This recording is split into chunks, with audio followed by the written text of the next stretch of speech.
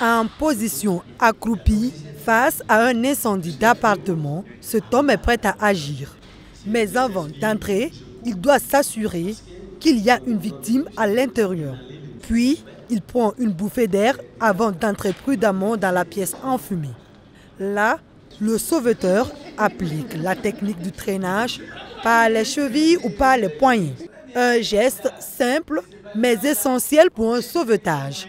Ces techniques font partie des apprentissages dispensés ici à des journalistes en formation à l'initiative de l'ISEPC, l'Institut supérieur d'études de protection civile.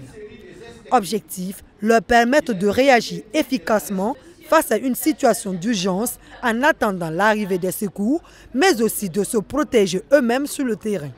Au travers de cette formation, les hommes de médias, les journalistes que vous êtes, puissiez être à même de pouvoir intervenir, poser les premiers gestes.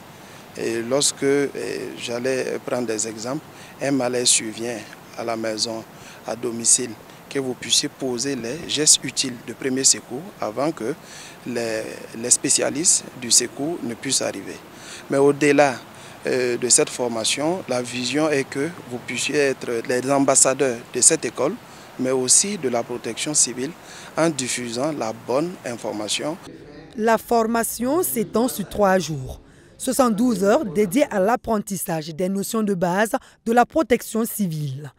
Donc cette formation va consister à vous outiller sur les 8 modules qui constituent la prévention et secours civique de niveau 1. Donc vous serez amené donc à faire la protection, à faire l'alerte et à secourir de façon générale. Voilà, donc par rapport donc, aux gestes de secours, nous allons apprendre ensemble à agir face à une personne qui s'étouffe, à une personne qui saigne de façon hémorragique.